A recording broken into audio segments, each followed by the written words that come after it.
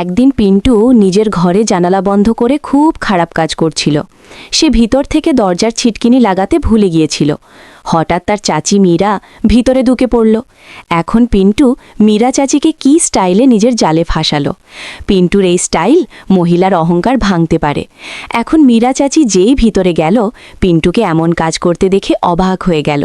যখন সে বাইরে এলো তখন তার চাচি বলল, পিন্টু, ভিতরে কি করছিলে?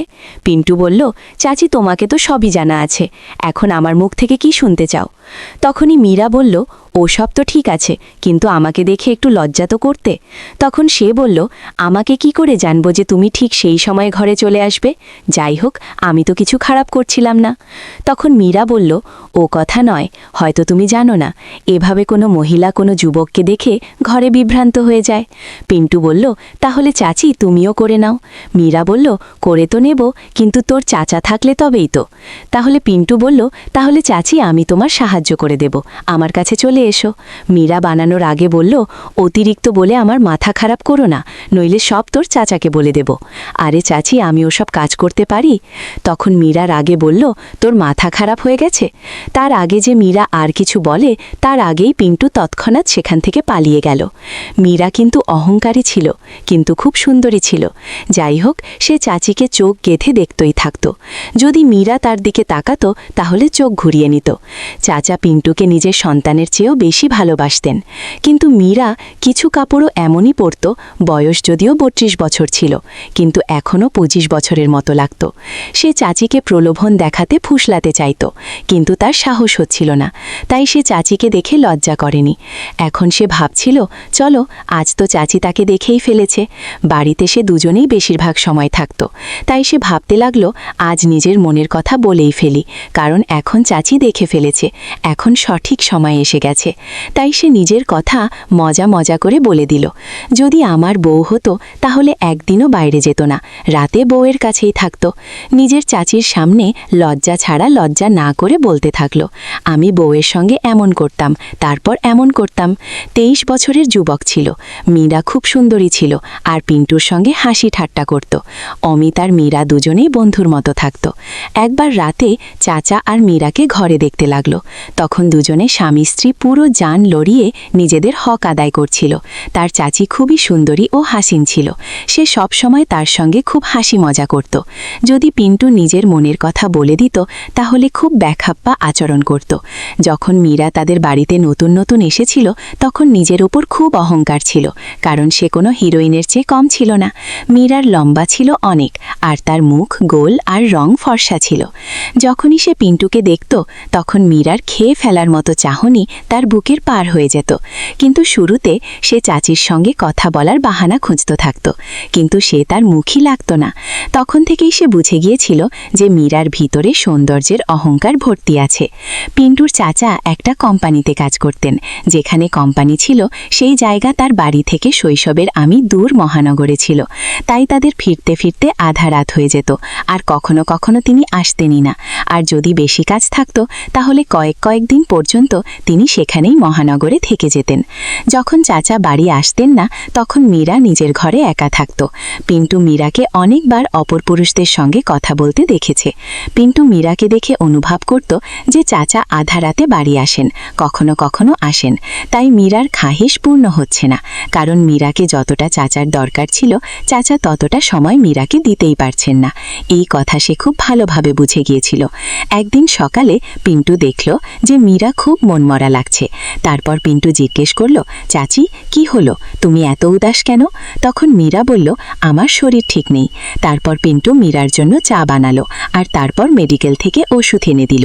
ওষুধ খেয়ে মীরা নিজের ঘরে চলে গেল।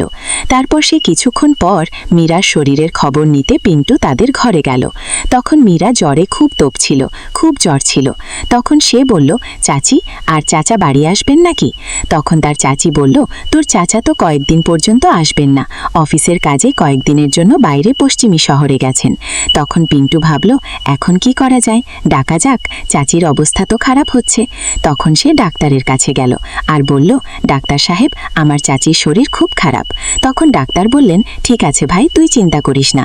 তারপর কিছুক্ষণ পর ডাক্তার সাহেব এসে গেলেন। তারপর ডাক্তার মীরাকে একটা ইঞ্জেকশন দিলেন আর কিছু ওষুধ লিখে দিলেন। তারপর প্রায় 1 ঘন্টা পর মীরাকে আরাম হতে শুরু হলো। তারপর পরের দিন সকালে যখন পিন্টু চা খাচ্ছিল, তখন মীরা বলল, পিন্টু, 1 মিনিট আমার কাছে এসো। যখন সে তাদের কাছে গেল, তখন মীরা বলল, পিন্টু, তুমি কি আমাকে মাফ করে দেবে? তখন পিন্টু জিজ্ঞেস করল, কোন কথার জন্য?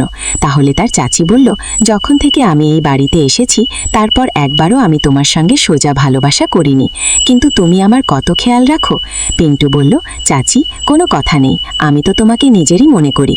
তারপর সে ভাবল যে চাচির সঙ্গে নিজের মনের কথা বলি, এটা ঠিক, কিন্তু তারপর ভাবল যে এই সময়ে মনের কথা বলা বড় ভুল হতে পারে। চাচি রেগে যেতে পারেন, কারণ এইমাত্র তো চাচি আমার সঙ্গে কথা বলতে শুরু করেছেন, আর যদি আমি এখন ওসব বলে দিই তাহলে খুব তাড়াতাড়ি হয়ে যাবে।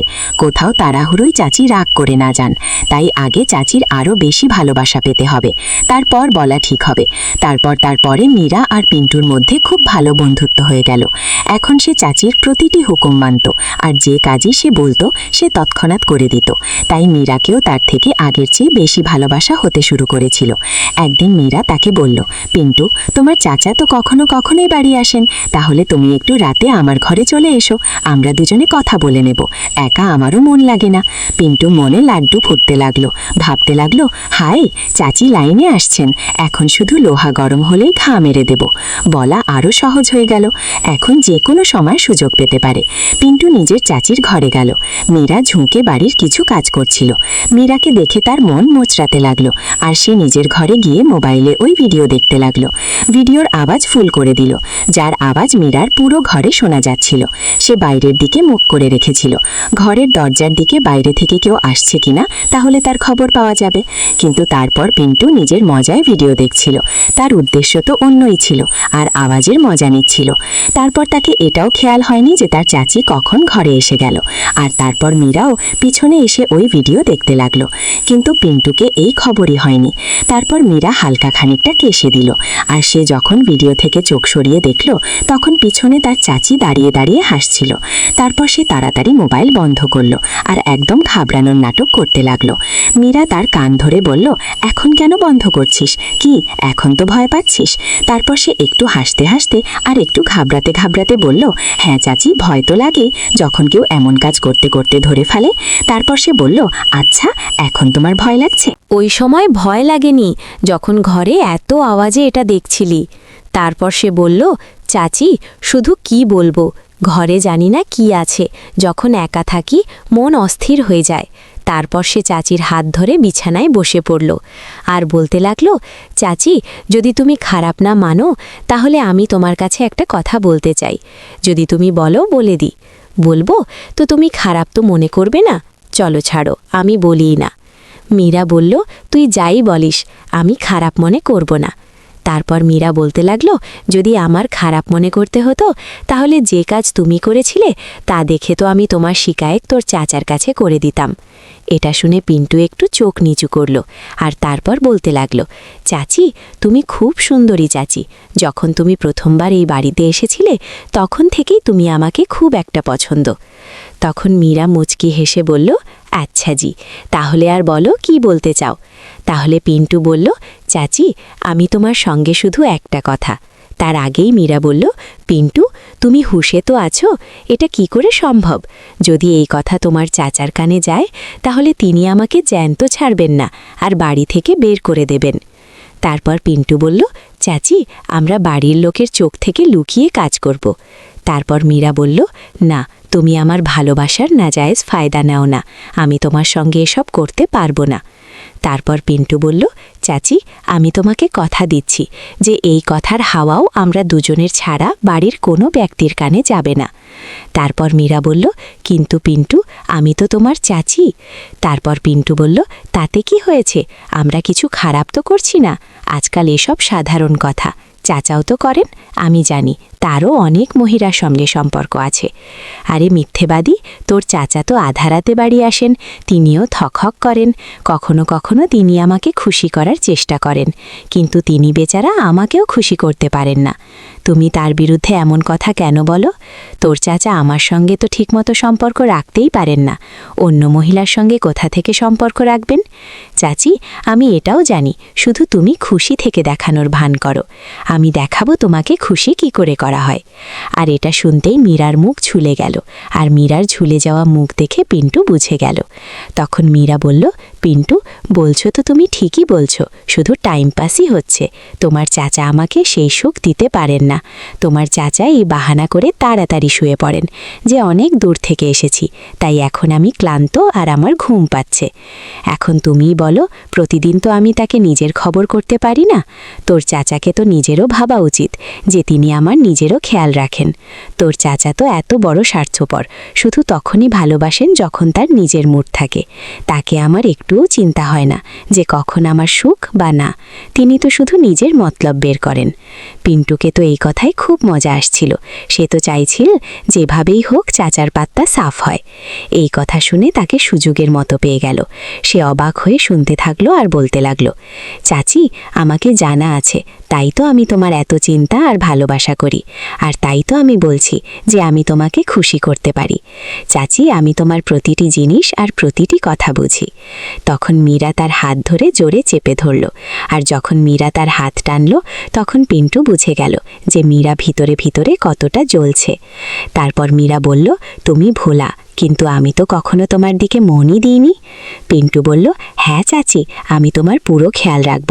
পিন্টু একা মীরাকে দেখে দোলছিল, কিন্তু মীরাও পিন্টুর মিষ্টি মিষ্টি কথায় মুগ্ধ হতে শুরু করেছিল। কিন্তু মীরা নিজের আবেগ নিয়ন্ত্রণ করার চেষ্টা করল।